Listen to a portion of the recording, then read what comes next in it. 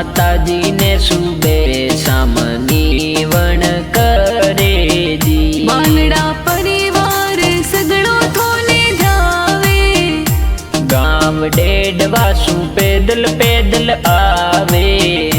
जालो रे city so सगड़ा थोरे धाम आवे जी।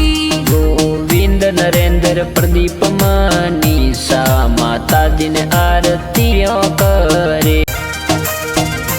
माजी सा माताजी ने मनावो, माता माजी सा ने मनावा।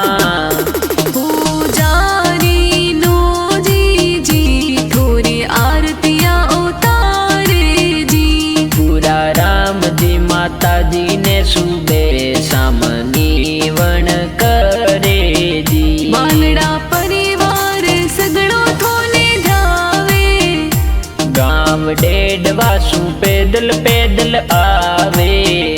जालो रे सिटी सो सगड़ा थोरे धाम आवे जी। गोविंद नरेंद्र प्रदीप